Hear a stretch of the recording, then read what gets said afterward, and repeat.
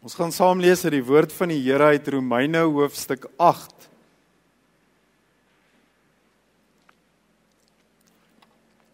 Baie bekende gedeelte Romeine hoofstuk 8 van vers 31 af. 'n Gedeelte wat ons dikwels ook gebruik in die lofverheffing by die nagmaal.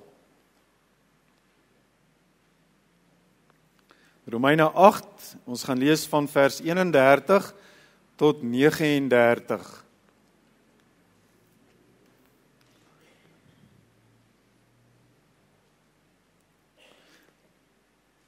Met die verwagting dat die Here met ons uit sy woord gaan praat, kom ons buig saam in gebed voor die Here. Hemelse Vader, Here Jesus Christus en Heilige Gees, drie enige God, ons aanbid U.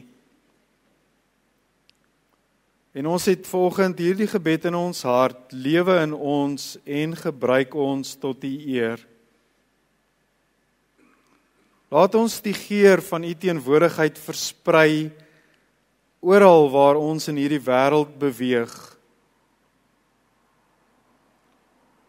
Oorstroom my wese met U liefdevolle gesindheid, Here, sodat ek elke mens met U liefde sal behandel, met U liefde sal lief hê. Neem my hele menswees so in U besit, dat dit die glans van U liefde sal uitstraal. Here, ek kan dit nie doen sonder U nie. Dis net U lig in my en U wat skyn deur my in hierdie wêreld, waarin U self verheerlik word en geëer word. Wees so deel van my, dat elke mens met wie ek te doen kry, U teenwoordigheid sal beleef. Laat mense, wanneer hulle in my oë kyk, my sal miskyk en U sal raak sien. U liefde, U ontferming, U omgee, U sorg. Here, hoe kan ek so iets vanoggend van U vra, as U my nie elke oomblik totaal afhanklik van U laat lewe nie? Doelbewus. Hoe kan ek U weerkaats in hierdie wêreld, as my gesig nie altyd in U rigting gedraai is en my oë gefestig is op U, Here, wat in die hemel is nie? Help my, Here, sodat U my kan gebruik. Laat my lig 'n lig wees vir ander. Help my om nie self in die lig te wil staan nie, en te besef, U is die lig. Here, leer my om U te verkondig met my woorde en my dade, en dat ek 'n vreugde sal uitstraal, omdat dit vreugde is wat ek self in U teenwoordigheid ervaar. Here, leer my vandag nog 'n keer uit U woord, dat U seun nie gesterf het om my sukses of gerief of verlossing van lyding in hierdie wêreld te verseker nie. Help my om te besef dat hy gesterf het om my te red, tot U eer. En help my, leer my weer, Here God, dat Jesus gesterf het sodat ander mense ook kan lewe. En dan lewe soos wat U geleef het, Here Jesus. Dat ons aan onsself sal sterf, sodat U in hierdie wêreld verheerlik kan word. Ons bid vanoggend, verander die wêreld, Here. Maar ons bid opreg, begin by my. Ons bid dit in U naam. Amen. Kom ons lees saam met die woord van die Here uit Romeine hoofstuk 8.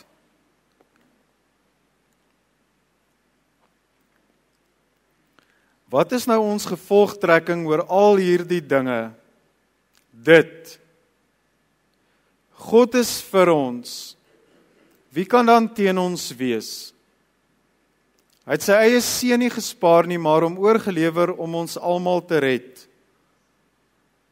Sal hy ons dan nie al die ander dinge saam met hom skenk nie? Wie kan die uitverkorenes van God aankla? God self spreek hulle vry. Wie kan ons veroordeel? Christus Jesus het gesterf, maar meer as dit, hy is uit die dood opgewek. Hy sit aan die regterhand van God. Hy pleit vir ons. Wie kan ons van die liefde van Christus skei? Lyding of benoudheid of vervolging, honger of naaktheid, gevaar of swaard? Daar staan immers geskrywe, dit is oor U dat die dood ons dag vir dag bedreig, dat ons so slagskape behandel word. Maar in al hierdie dinge is ons meer as oorwinnaars deur hom wat vir ons liefhet. Hiervan is ek oortuig, geen dood of lewe, of engele, of bose magte, of teenswoordige, of toekomstige dinge, of kragte, of hoogte, of diepte, of enige iets anders in die skepping kan ons van die liefde van God skei nie.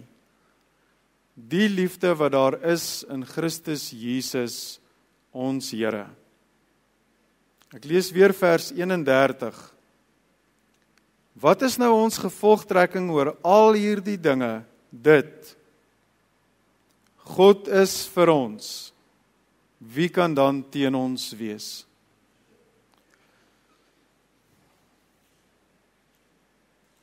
Geliefdes, dikwels word die beste nuus in die heel kortste sinnetjie oorgedra. Ek dink dit was die 10de November wat ek hierdie Woord vir Lewe boodskap geskryf het op die webtuiste. Die beste nuus word dikwels in die kortste sinnetjie oorgedra. Byvoorbeeld, ek is lief vir jou. Trou met my. Jy is aangestel. Jy het die werk. Ek glo in jou. Jy is in die span. Geluk met jou promosie. Kort sinnetjies. Kort sinnetjies wat dikwels jou lewe kan verander. In een so sin in Bybelse konteks is Romeine 8 vers 31. God is vir jou. Net 4 woordjies. Een van die kortste sinnetjies. God is vir jou. God is vir ons. 'n eenvoudige boodskap, maar absoluut lewensveranderend. God is vir jou. God is nie kwaad vir jou nie. God het jou nie vergeet in jou pyn, jou onsekerheid, jou verlies, jou seer nie. God is nie jou vyand nie. God is nie teen jou nie. God aanvaar jou. God vind vreugde in jou. God is vir jou. As gevolg van die versoeningswerk, sê vers 32 van die Here Jesus aan die kruis, wat volledig afgehandel is vir jou, is jy volkome vergewe en aanvaar deur die Vader. En jy is geklee in die regverdigmaking van Jesus Christus. En wanneer God nou na jou kyk, dan sien hy nie alles wat jy in jou lewe verkeerd gedoen het, of steeds verkeerd doen nie. Wanneer God na jou kyk, dan sien hy alles wat Jesus Christus aan die kruis vir jou gedoen het, in jou regverdigmaking. God kan nie anders na jou kyk as om deur die kruis na jou te kyk, en jou as sy kind geregverdig in Jesus Christus te sien nie. Hierdie teks wat ons gelees het, is een van die hoogtepunte van die hele Bybel. Dit is soos bergklimmers wat na die kruin van 'n berg toe opklim, en dan as hulle uiteindelik daarbo kom, die asemrowende uitsig beleef, en geesdriftig met mekaar praat, vol adrenalien en opgewondenheid, oor dit wat hulle sien, ervaar. En dit is asof Paulus met hierdie teks van vers 31 tot 39 op die kruin van die berg kom. Op die kruin van alles wat hy geskryf het van die begin van Romeine af. En veral die hele hoofstuk 8 tot hier by vers 31, gaan lees 'n bietjie die hoofstuk 8. Tot hier by vers 31 waar hy skryf oor die onverganklike evangelie van genade van God. Hoe God ons gered het. Hoe hy ons nie meer veroordeel nie. Hoe die Heilige Gees nou beheer van ons lewens geneem het. Hoe ons nie net deel het aan Christus se lyding nie, maar ook deel gekry het, reeds deel gekry het aan sy heerlikheid. Hoe God alles ten goeie laat meewerk vir die wat hom liefhet. En Paulus bly so die een op die ander waarheid bou, en dan kom hy hier by die kruin, en dan staan Paulus hier op die kruin, en hy roep met vers 31 uit, wat is dan nou ons gevolgtrekking oor al hierdie dinge, wat so opbou na hierdie klimaks hoogtepunt op die kruin, en dan sê hy, dit is ons gevolgtrekking, God is vir ons. Wie kan dan teen ons wees? God is vir my. Jy moet dit vanoggend baie persoonlik op jouself van toepassing maak. Jy's nie vanoggend uitgesluit hier nie, jy's God se kind. God is vir jou. Sê dit vir jouself. Sê dit nou vir jouself, God is vir my. Dis merkwaardig. Want as 'n mens kyk na die geskiedenis van die mens saam met God, dan moet God eintlik teen ons wees. Ons het sy beeld in ons afgebreek. Ons lees in Romeine 3, vers 10 tot 12, waar Paulus begin het hiermee om te sê, waar was ons en waar is ons nou? Dan lees ons, nie een van ons wou die wil van God doen nie. Dan staan daar spesifiek in daardie teks, nie een van ons nie. Niemand was beter as iemand anders voor God, voor jy gered is nie. En daarom het ek en jy geen reg om op enige iemand in hierdie lewe neer te kyk, wat nog nie is waar ek is nie, want jy het nie daar gekom deur jouself nie. Nie een wou God se wil doen nie, nie eers een nie. Werklik, daar is geen enkele rede waarom God nie sy rug op ons moes draai nie. Daar is ook geen enkele rede waarom hy ons moes lief hê nie. En tog hier staan dit swart op wit, God is vir jou. Dis so seker dat Paulus eintlik alles en almal wil uitdaag met hierdie teks wat dit sou waag om te sê dat God nie vir jou is nie. Hoe is dit moontlik? Want ons weet God is heilig. God is regverdig. Ons weet God haat sonde. En hy moet dit straf en hy het dit gedoen. Getrou in homself aan sy wese van wie hy is, wat sy woord hou, het hy die sonde gestraf. Hy het dit nie ongestraf laat bly nie, maar hy straf sy seun in my en jou plek om ons sonde te dra. En hoor net hierdie hoogtepunt van genade in vers 32. Jy kan dit weer lees as jy die Bybel nog voor jou oop het. Hy het sy eie seun nie gespaar nie, maar hom oorgelewer, hom prysgegee, om ons almal te red. Sal hy ons dan nie al die ander dinge saam met hom uit genade skenk nie?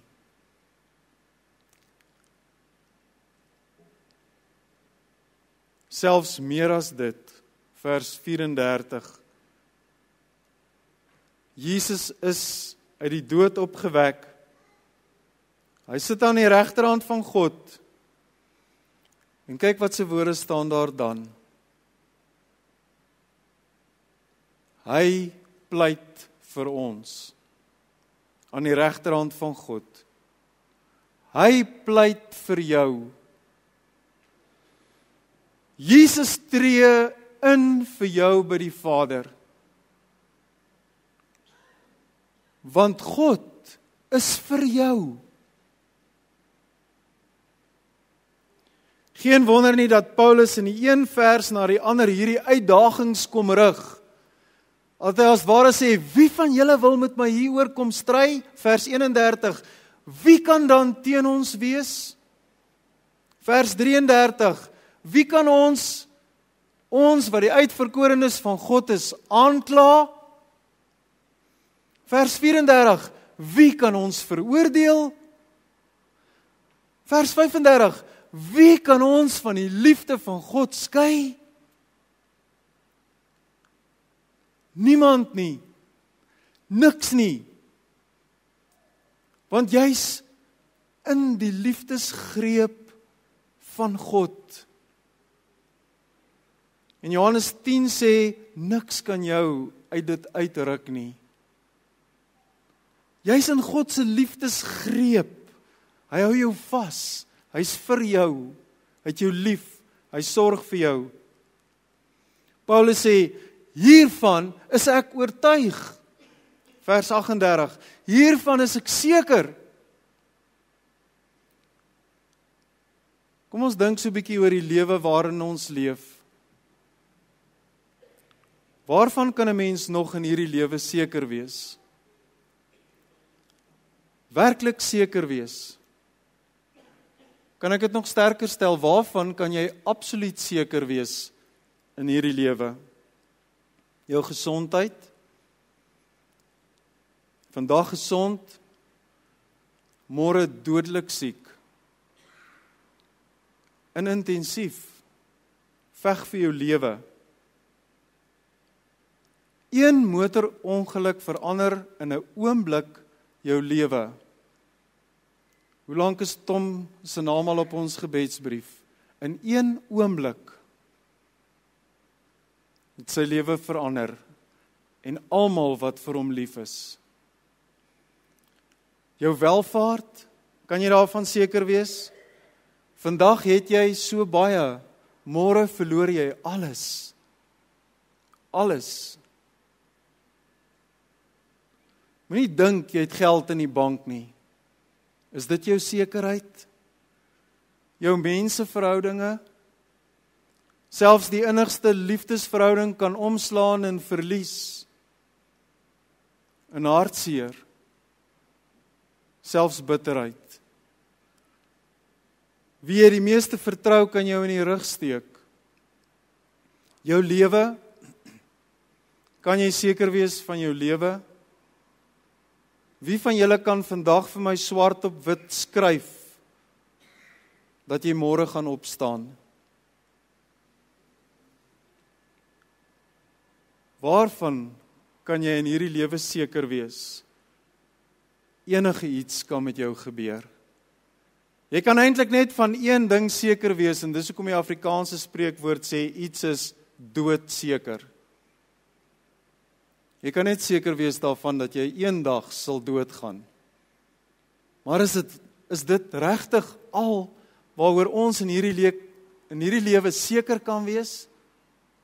Doodseker kan wees dat ek gaan doodgaan? Hierdie woord van God kom sê vanoggend vir jou nee. Daar's 'n ander ding waaroor jy nog meer seker kan wees as jou eie dood. En dit is dat God vir jou is.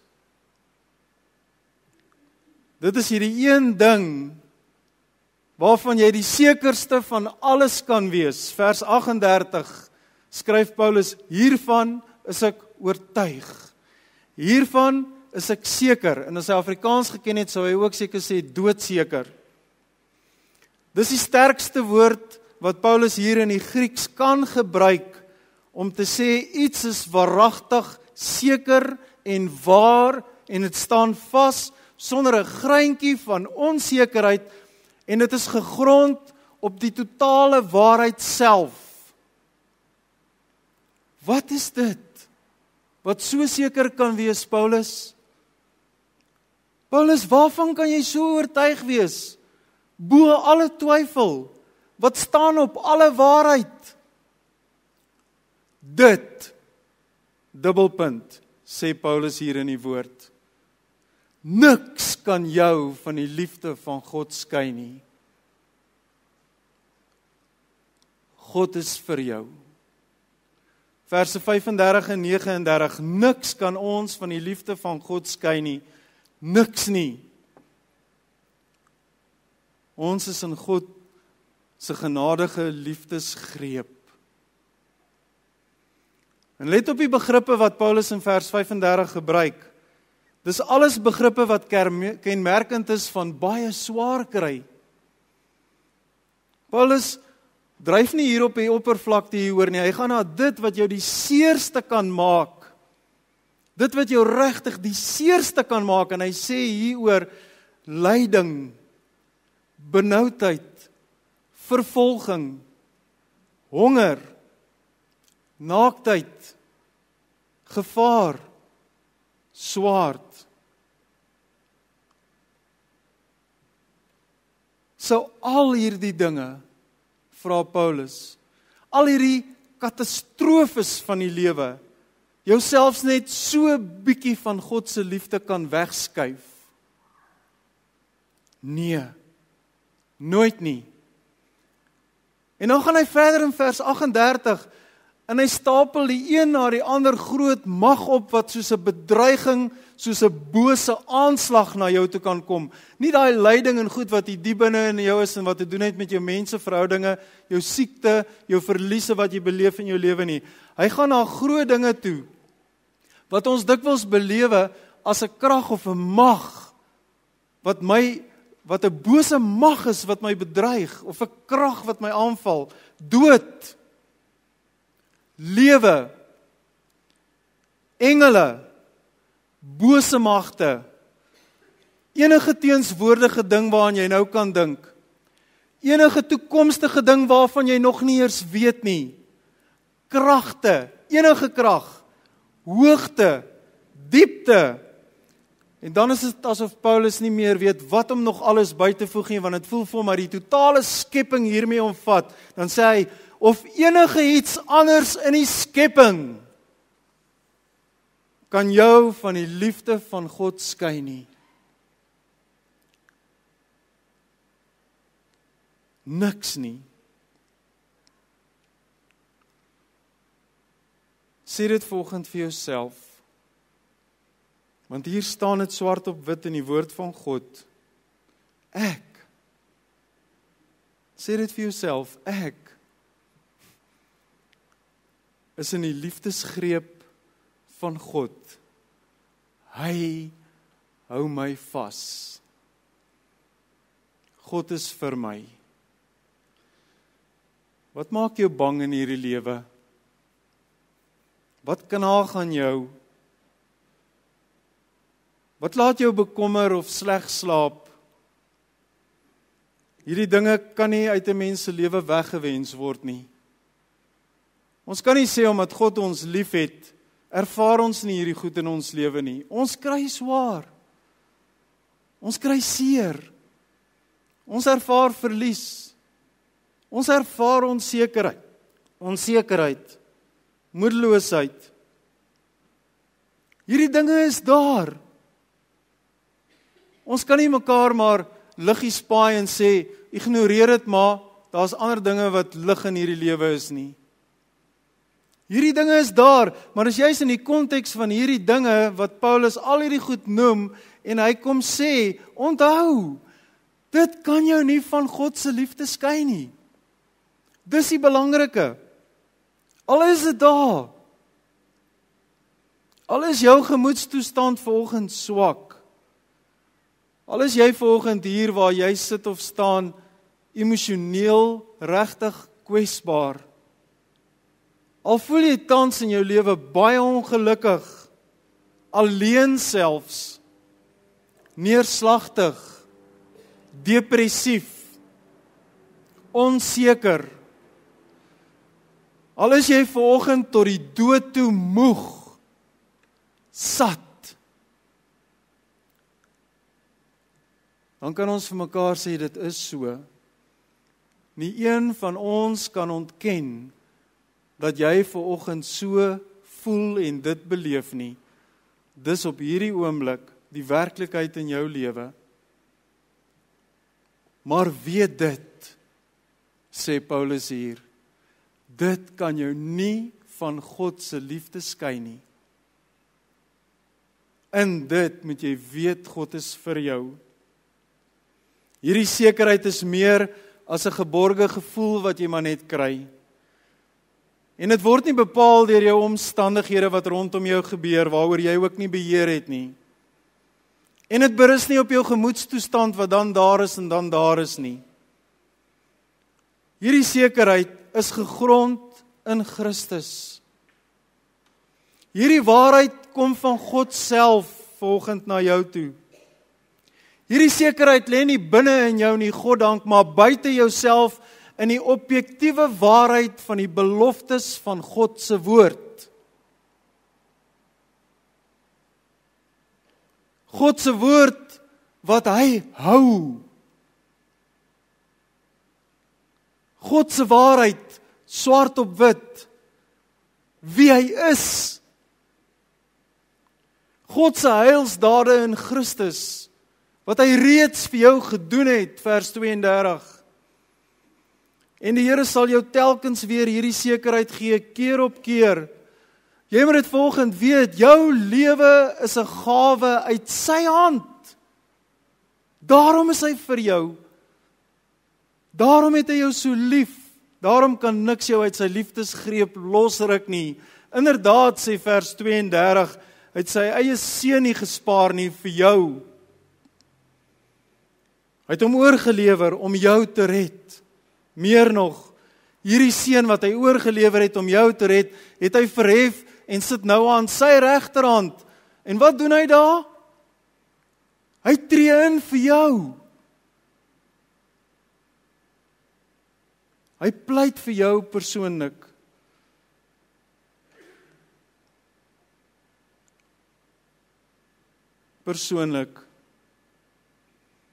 So persoonlik dat ek volgend kan sê, Christo, Jesus pleit vir jou aan die regterhand van God. Eleanor, Jesus pleit vir jou in jou omstandighede aan die regterhand van God. En vir jou Anke, vir jou oom Gert, vir jou Nico, sit jou naam volgende daar. Jesus pleit vir my, Ernest, aan God se regterhand. Hoekom doen hy dit? Want God is vir my. En niks kan my uit sy liefdesgreep ruk nie. Alleen daarom het ek weer op hierdie oomblik absolute sekerheid. My sekerheid is geanker in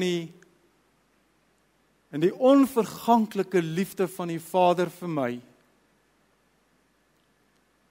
Geanker in hom, luister mooi, wat die sentrum is van die skepping.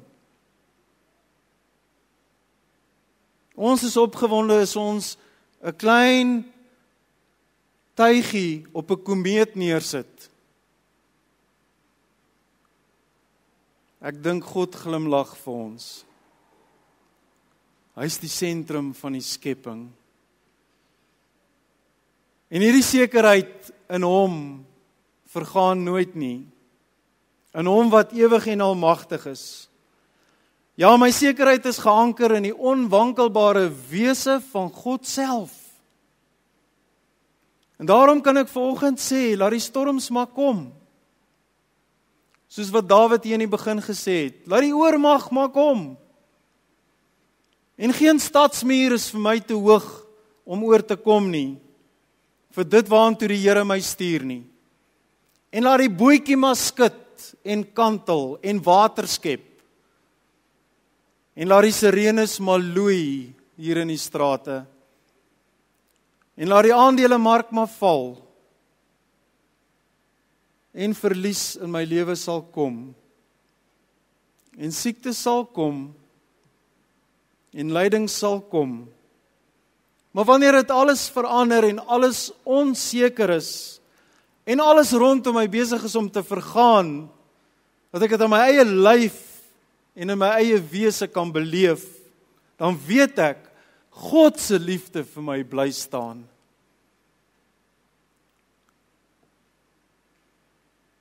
Sal jy ernstig siek word? Sal ek ernstig siek word?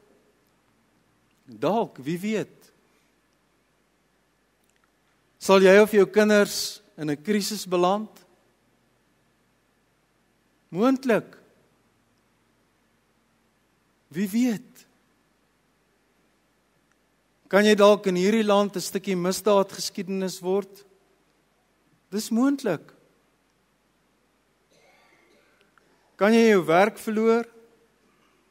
Of jou pensioen? Of jou huis? Of jou besigheid? Jy kan. Wie kan sê? Kan jy binnekort sterf? Gaan jy môre opstaan? Wie weet? Net die Here weet. Niks is seker in hierdie wêreld nie. Behalwe God se liefde is verseker seker. Hy is vir jou. Niks kan jou daarvan skei nie. Jy is styf vasgevat in die Almagtige se krag, in sy liefdesgreep. En hierdie liefde wat God vir jou het in Christus Jesus, ons Here, wat op hierdie oomblik op jou naam vir jou intree by die Vader. God is vir jou. Amen. Here, ek is so dikwels in hierdie lewe onseker, moeg, teneergedruk. My hele wese is soms een stuk onsekerheid, bekommernis. Verseker my asseblief opnuut vanoggend van u liefde vir my, Here. En wees in my lewe my sekerheid. Here, laat dit vir my genoeg wees om te weet dat u alles van my toekoms weet.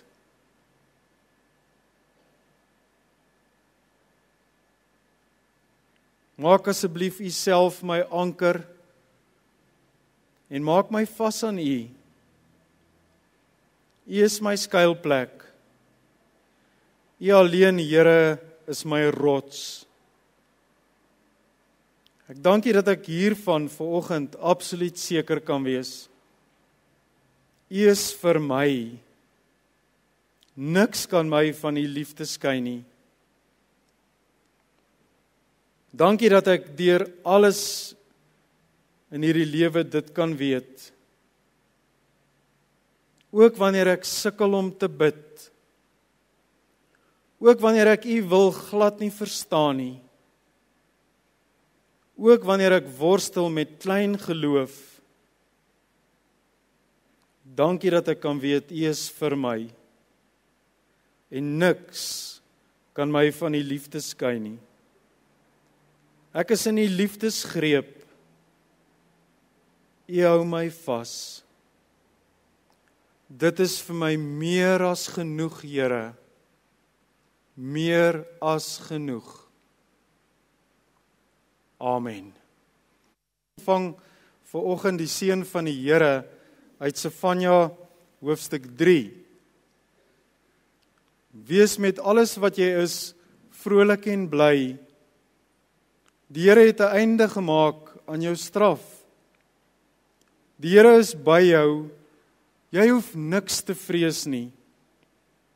Moenie bang wees nie. Moenie jou hande moedeloos laat hang nie. Die Here jou God is by jou, hy wat red. Hy is vol vreugde oor jou. Hy is stil tevrede in sy liefde vir jou. Hy jubel en juig oor jou. Amen.